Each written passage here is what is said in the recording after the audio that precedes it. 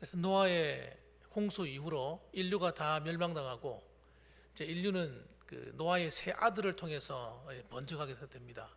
그래서 제일 큰 아들인 셈, 그 다음에 둘째인 함, 그리고 야벳을 통해서 인류가 확산돼 가는데, 이 노아의 이 계보 가운데도 여러분 정말 안타깝게도 하나님이 기뻐하지 않는 계보가 있어요. 그것을 대해서 우리가 지난 시간에 함께 공부를 했습니다. 누굽니까? 함입니다. 함.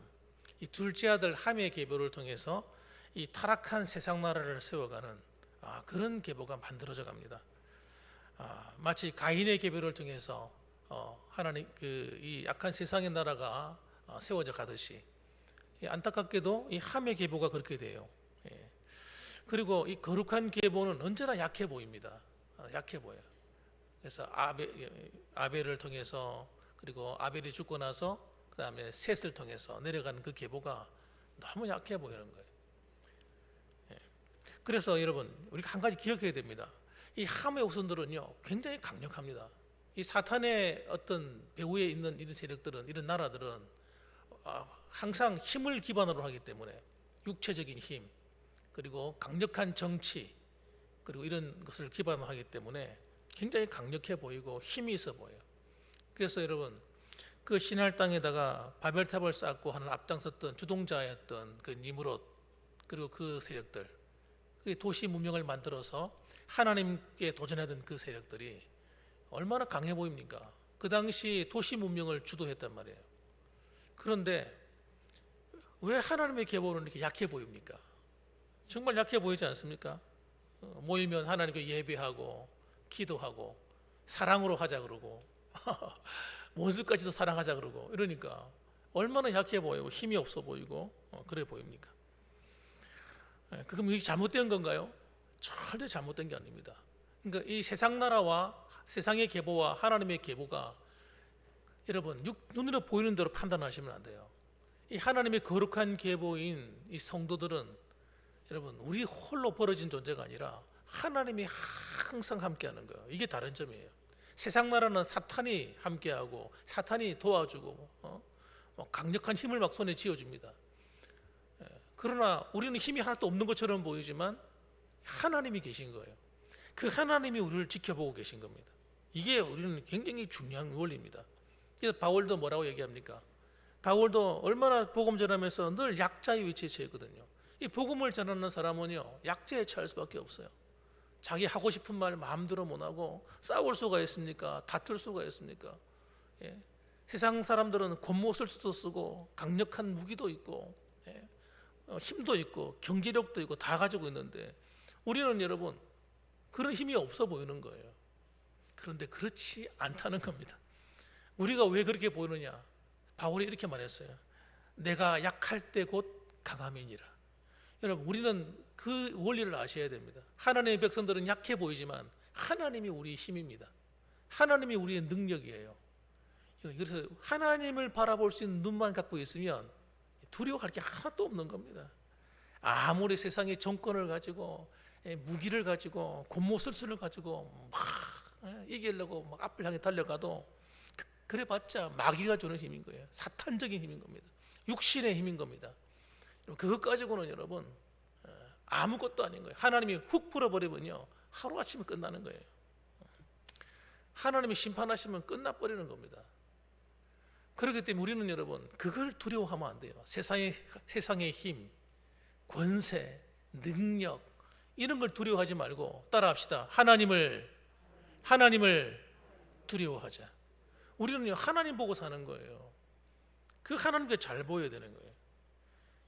하나님께 두 손을 들면 아무리 힘이 없는 어린 날이라 할지라도 하나님께 기도하면 하나님이 하늘에서 비를 내리시고 하나님의 능력이 임하는 거지. 안 그렇습니까? 우리가 세상 사람들 보기에 연약해 보이고 뭐 없어 보여도 여러분 우리는 그런 존재 아니거든요. 모든 걸 가지고 계신 분이 우리 뒤에 있기 때문에. 그래서 우리는 하나님께 기도할 힘이 한다는 것은 보통이 아닌 겁니다. 세상 사람들처럼 뭐 어떤 자기 문제 하나 가지고 그거 얻기 위해서 뭐 절에 올라가 가지고 100번 뭐 200, 3000배 하고 뭐 이런 수준이 아닌 거예요. 하나님이 우리와 함께 하시는 그 힘은 여러분 사단 마귀하고는 비교할 수 없는 겁니다. 그렇기 때문에 우리는 하나님의 능력을 의지해서 사는 겁니다. 그러니까 우리는 부족한 게 없는 사람이에요, 사실. 그래서 하나님보다 더 강한 게 어디 있습니까? 여러분 저한테 얘기 좀 해주세요. 하나님보다 더 강한 거 있으면 얘기해 주세요. 그 전능하신 하나님이 나의 아버지고 그분이 성령으로 내 안에 와 계시고 나를 위해서 사랑하는 그 아들을 십자가에 못 박아 죽이기까지 사랑해 주시고 그런 존재가 우리인데 뭐가 두려울 것이 있겠습니까? 두려울 게 하나도 없는 거예요, 여러분. 그래서 여러분 오늘도 담대한 마음을 가지고 기쁨으로 하나님 앞에 예배하셔야 됩니다. 자, 오늘 보게 되면 여러분 셈에 대한 계보이에요. 오늘 계보, 이 거룩한 계보, 약해 보이는 계보 셈. 그런데 봅시다. 셈을 보니까 셈에서 하나님은 이 셈을 통해서 하시고자 하시는 놀라운 일이 있습니다. 그것이 뭐냐면 바로 인류의 구속 사역이에요. 하나님은 오로지 한 가지가 뭐냐면 어떻게 하면 인류를 다시 구원할까, 사탄의 손에서 건져내고 그들로 하여금 정말 하나님 나라를 선물로 줄까 하는 것이 하나님의 고민입니다. 그래서 하나님께서는 그 놀라운 일을 누구와 함께 하시는가? 그 세상에 힘 있는 사람들과 함께 하는 것이 아니고 하나님의 백성들과 함께 하는 거예요. 셈의 계보와 함께 하는 겁니다. 그래서 오늘 보기에는 셈의 족보가 쭉 나오죠. 하나님이 기뻐하시는 셈의 족보가 쭉 나옵니다. 여기서 다 기억할 필요 없어요. 중요한 것만 기억하시면 돼요. 21절 말씀 읽어보겠습니다. 21절 읽어봅니다. 시작. 셈은 에벨 온 자손의 조상이요 야벳의 형이라 그에게도 자녀가 출생하였으니 이렇게 얘기합니다. 여러분 여기 보게 되면 셈의 후손들 가운데서 특별히 에벨에 대한 이야기가 나옵니다. 에벨. 이 에벨이 중요한 사람이에요. 이 셈은 에벨의 온 자손의 온 자손의 조상이다 이렇게 말합니다. 그러니까 에벨의 온 자손의 조상인 셈, 그러니까 셈하고 에벨하고를 갖다 붙여놓은 거예요. 그 중간에 있는 많은 자손들은 이렇게 중요하게 다루지 않고 있어요. 왜냐하면 이 사람이 중요하기 때문이에요. 앞으로 이 사람의 에벨의 자손을 통해서 예수님이 오기 때문입니다. 그래서 이 에벨은 이 뜻이 뭐냐면 건너오다 이런 뜻입니다. 건너오다. 그리고 이 말의 뜻은 그들이 어디서 왔다는 얘기냐면 유브라데 강에서 그 저편에 살다가 건너온 사람들이에요. 그러니까 시금으로 말하면 유프라데스 강 그 저편에 살았다는, 동쪽에 살았다는 얘기입니다. 그게 살고 있었는데 여기서 에벨이라는 말에서 히브리라는 말이 나왔어요. 그래서 히브리인 이렇게 말할 때 에벨 사람 이런 뜻입니다. 에벨 사람, 히브리인, 그 사람 유프라데스 강을 건너온 사람들 그런 뜻입니다. 그리고 원래 가나안 땅은 함 자손이 살고 있었단 말이에요. 함 자손, 그 함의 아들인 가나안이 살던 땅이 가나안 땅이에요.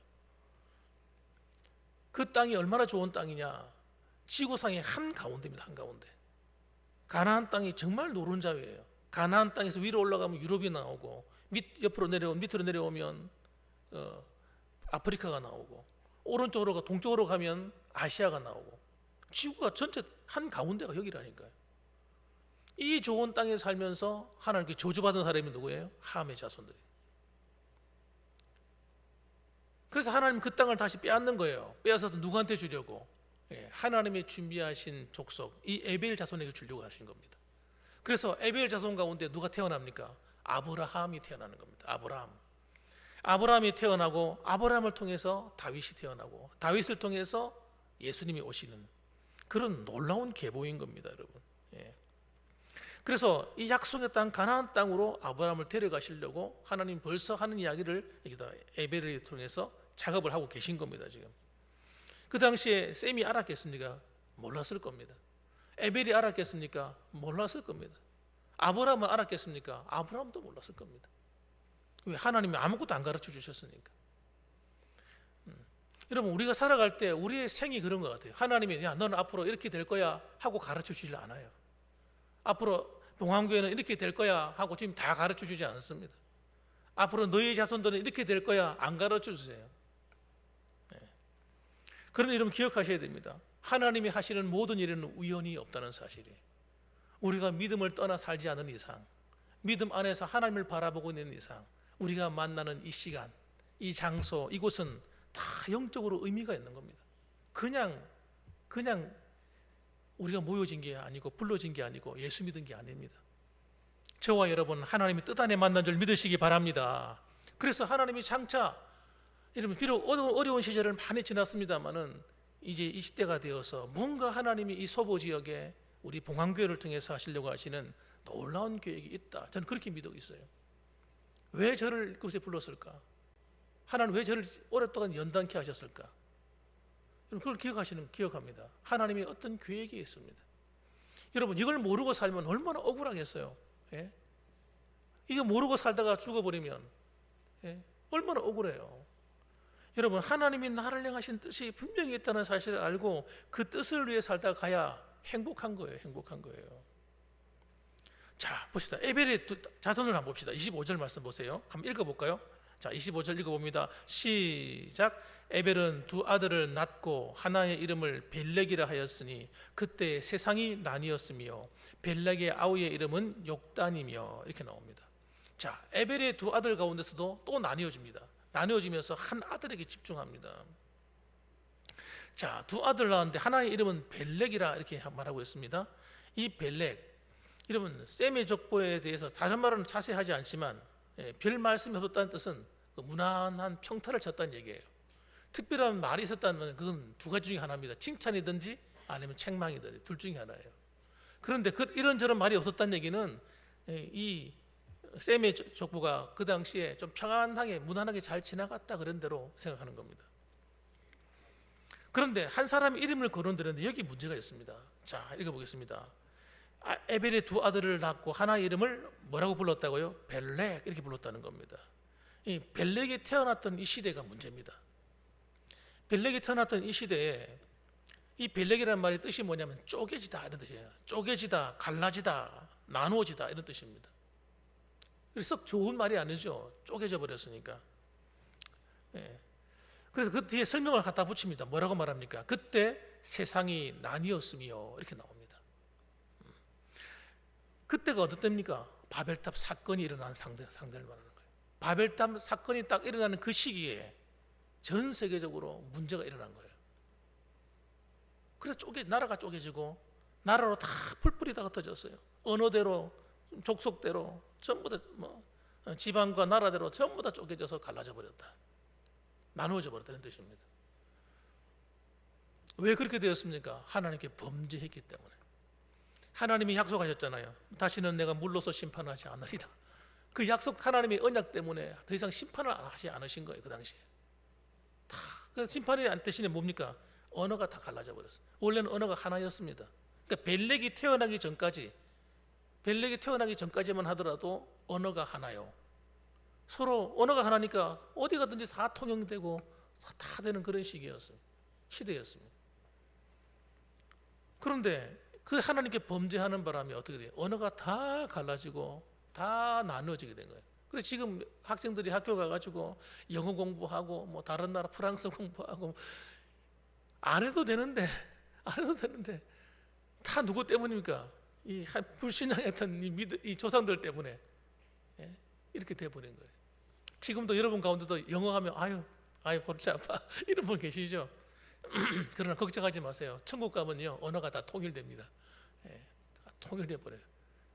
그냥 알아야 돼요. 그 천국의 그 현상 가운데 하나가 뭐냐면 방언이에요. 방언의 은사예요.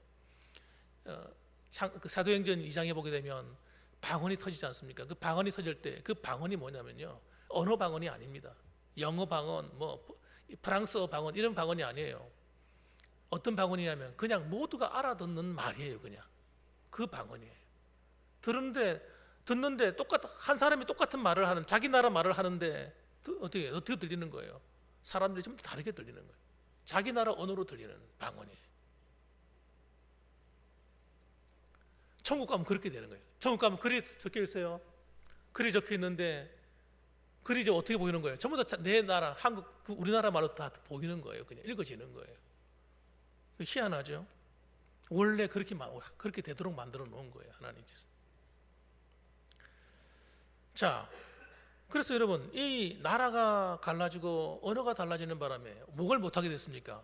서로 뭉치지 못하게 된 거예요. 하나님이 뭐라고 말씀해요? 흩어져라 하셨거든요. 흩어져서 땅을 정복하고 다스리라고 했는데 하나님 말씀을 안 듣는 거예요. 여러분 잘 기억하셔야 돼요. 이 인간의 타락한 본성이 뭐예요? 하나님 말 안 듣는 겁니다. 참 희한하게도 안 들어요.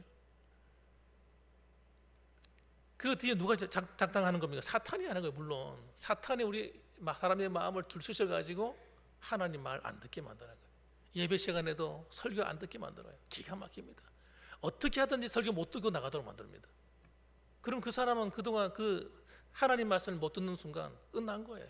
끝났어요. 하나님 음성을 못 듣는 끝난 거예요. 그리스도인은요, 하나님 음성 못 듣고 살면요, 끝난 겁니다.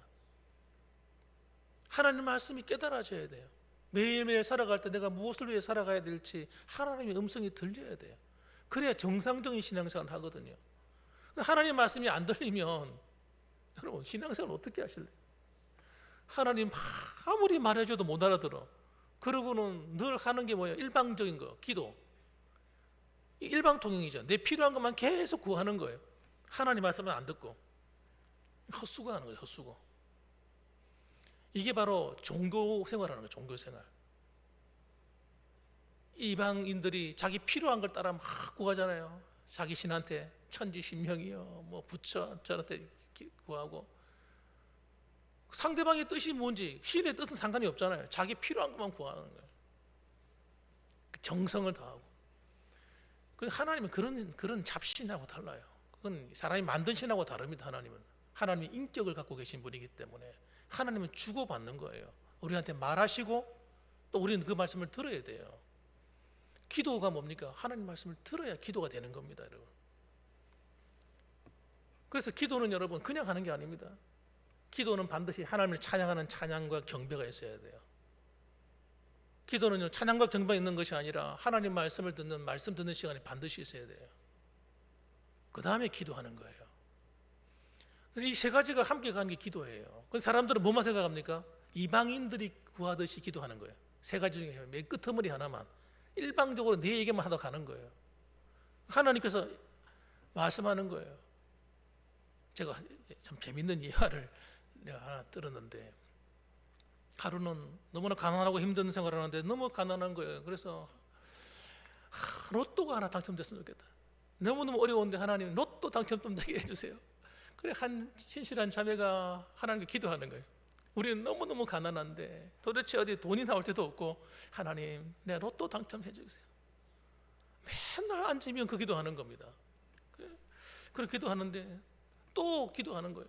그럼 왜 하나님 응답 안 해주십니까? 또 기도하고 또 응답이 없거든요. 또 하나님 또 기도하는 거예요. 그런데 하루는 기분이 너무 상했어요. 아니, 하나님 도대체 내가 그렇게 기도하는데 왜 내게 응답 안 해주시냐고 막 화를 내는 거예요, 하나님 앞에. 그때 하나님의 음성이 들리더라는 겁니다. 뭐라고 하냐면 야야야야 나도 말 좀 하자. 그럼 일단은 만약에 당첨되고 싶거든 그거 좀 사라. 로또 추첨하는 거 사놓고 기도해야지. 사지도 않고 기도만 하냐. 그렇게 말했다는 거예요. 무슨 말이에요? 여러분 우리는 나의 주장만 하나님 앞에 열심히 하다 간다는 거예요. 하나님이 뭐라고 말하는 거 듣지도 않고. 그건 기도 생활이 아닙니다, 여러분. 기도 생활이 아니에요. 그 우상성 다른 신을 기도하는 거와 똑같은 기도하고 있는 거예요. 우리는 그렇게 하는 것이 아니라 따라합시다. 하나님 말씀하옵소서. 종이 듣겠나이다. 하나님 말씀을 들어야 돼요. 들어야 하나님이 우리에게 주신 응답의 길이 보이죠. 축복의 길이 보이잖아요. 전 축복의 원리가 하나 성경에 다 나와 있거든요. 어떻게 복을 받는가. 그런데 성경 말씀을 제대로 읽지 않는다거나 듣지 않는다거나 하면서 하나님께 복을 달라고 기도하면 그 복이 도대체 얼마나 임하겠냐고요. 축복의 길이 있다니까요. 올 한 해에도 제가 그 축복의 길을 또 얘기할 거예요. 알아들을 때까지 축복의 길을 가르쳐 드릴게요. 하나님 복 받는 길이 있어요. 저는 우리 봉황교회가 복 받는 길로 가야 되지 엉뚱한 길로 가면 안 된다고 믿는 사람 중에 한 사람입니다. 한번 따라합시다. 하나님 말씀하옵소서. 가르쳐 주세요. 하나님 나 그 길로 갈게요. 그러고 달려나가야 되는 것입니다, 여러분. 그래서 여러분, 이 하나님, 사탄이 하는 짓이 뭐냐면 어쨌든 하나님 말씀에 불순종하게 만드는 거예요. 여러분, 그 길로 가면 믿는 사람이라도 망하는 거예요. 내가 믿는다고 형통해지는 게 아닙니다. 예수를 믿어도 하나님 말씀대로 안 살고 하나님 말씀에서도 무시해버리고 막 이렇게 살아버리면 무슨 수로 하나님께 복을 받을 겁니까? 복 받을 길이 없는 거예요. 그래서 사탄이 하는 일이 뭐냐면 이 사람 속에 들어가 가지고 사람의 생각 속에, 마음 속에 들어가서 하나님의 말씀이 도전하게 만드는 거예요. 그게 눈에 보이잖아요. 여러분, 영적으로 눈을 딱 떠서 보면요, 다 보여요, 다 보여. 여러분 자신이 보입니다. 사탄이 하는 짓이 전부 다 보입니다. 예. 여러분 아이들 한번 딱 보세요. 이 아이들이 앞으로 잘 되겠나 못 되겠나. 여러분의 아이들만 쫙 봐도, 하는 짓만 봐도 얘들이 앞으로 공부 잘하겠구나, 앞으로 얘들은 앞이 잘 풀리겠구나, 고생하겠구나, 눈에 다 보이는 거예요. 안 그렇습니까, 여러분? 그게 눈에 안 보이는 부모가 있다면 엉터리 부모죠. 보이는 거예요. 하나님 보실 때도 다 보이는 거예요. 하나님, 아이고 그 길로 가면 안 되는데, 아무리 급해도 너 그거 주워 먹으면 안 되는데, 병 걸리는데.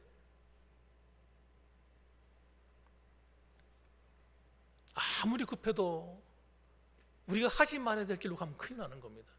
가야 될 좋은 하나님 길 만들어 놓은 그 길로 가야 되는데 엉뚱한 길로 막 가버리고, 그리고 차 사고 나는데 그 차가 막 다니는 길에 막 아이가 뛰어 들어가고, 낭떠러지가 있는데 거기다 시커먼 안개 끼고 캄캄한 밤에 가면 그 보이겠습니까? 안 보이죠. 하나님 말씀을, 예수 믿는다고 하면서 하나님 말씀을 거역하고 내 마음이 드는 길로만 자꾸 가려고 하는 사람, 그 사람은 하나님께 반역하는 겁니다. 반역. 이 바벨 시대만 그런 게 아니에요. 그럼 다 쪼개지고 나뉘는 거예요. 하나님이 다 길을 막아버리는 거예요. 하나님 말씀에 대항하는 것은 여러분 정말 무서운 일이에요. 그리고 내 마음대로 막 살아가는 거예요. 안 될 일입니다, 여러분. 우리는 내 마음대로 살면 안 됩니다. 그 세상 사람들이 가는 길인데 그건 우리의 길이 아닌 거죠. 보세요. 에베소서 2장에 보게 되면 우리의 과거의 모습이 나와 있어요. 어떻게 나와 있냐면 이렇게 기록합니다. 에베소서 2장 2절에 보면 이렇게 말합니다. 그때에 너희는 그 가운데서 행하여 이 세상 풍조를 따르고 공중의 권세 잡은 자를 따랐으니 곧 지금 불순종의 아들들 가운데 역사하는 영이라. 우리가 예수 믿지 않던 때의 모습이에요. 너희는 그 가운데서 행하여 이 세상 풍조를 따라대. 이 세상 풍조가 뭡니까? 세상의 유행, 이 세상이 돌아가는 걸 따라서 좋아서 그냥 흥청망청 막 따라가는 거예요. 이거 큰일 날 일이죠. 그런데 그렇게 따라가는 걸 보니까 뭐예요? 공중의 권세 잡은 자를 따랐으니, 공중의 권세 잡은 자가 뭡니까? 사탄이에요. 사탄 마귀가 여러분 그들을 세상의 풍조를 가지고 조종하는 거예요. 세상의 유행 풍조 이거 가지고 이게 재밌지? 이게 좋지? 끌어당기는 거예요. 그래서 뭐하게 만드는 겁니까? 불순종하게 만드는 거예요, 하나님께. 그래서 불순종의 아들들 가운데 역사하는 영이라. 그래서 사탄의 영은요, 귀신의 영, 악한 영들의 특징이 뭐냐? 하나님께 불순종하도록 만든다는 거예요. 이것에 단련되게 만들어요. 단련되게 만들어서. 하나님 말씀 불순종한데 단련되는 이 불순종의 아들들 가운데 역사하는 영을 따라가면 망하는 거예요. 그거는. 우리는 여러분 내가 좀 불편해도 하나님 말씀에 복종하는 훈련을 해야 됩니다. 이게 어느 날 갑자기 안 된다니까.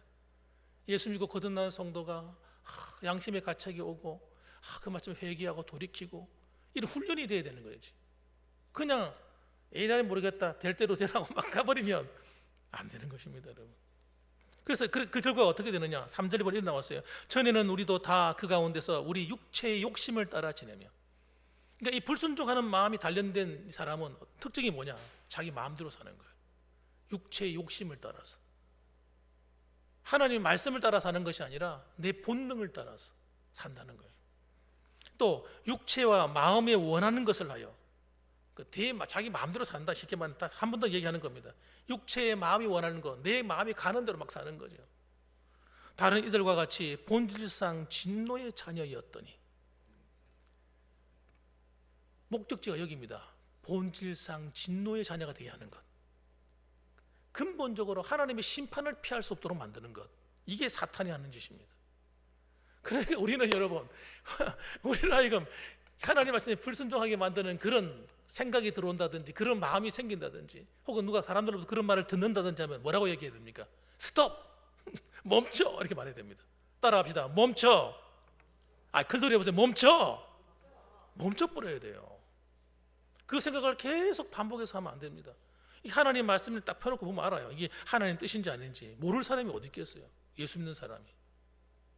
내가 그걸 자꾸 덮으려고 하니까 문제지. 열어서 보면요, 다 보인단 말이에요. 우리가 한두 해 예수 믿었습니까? 신앙생활 한두 해 한 게 아니잖아요. 그러니까 딱 보면 생각만 조금 해보면요, 이게 하나님 뜻인지 아닌지 금방 알죠. 금방 알지. 그런데 우리가 내 마음이 상하니까, 내 마음대로 하고 싶으니까 그 말씀을 덮어버리는 거예요. 내가 손해보기 싫으니까 덮어버리는 거예요. 여러분, 우리는 하나님 앞에서는 손해봐도 괜찮습니다. 자존심 좀 상해도 괜찮습니다. 하나님 앞에서 손해보는 건 절대 손해보는 거 아닙니다. 하나님이 다 갚으실 거니까. 물질이 손해봅니까? 내가 하나님 말씀대로 사는 것 때문에 물질에 손해봤습니까? 손해본 거 아닙니다. 하나님이 갚으실 거니까.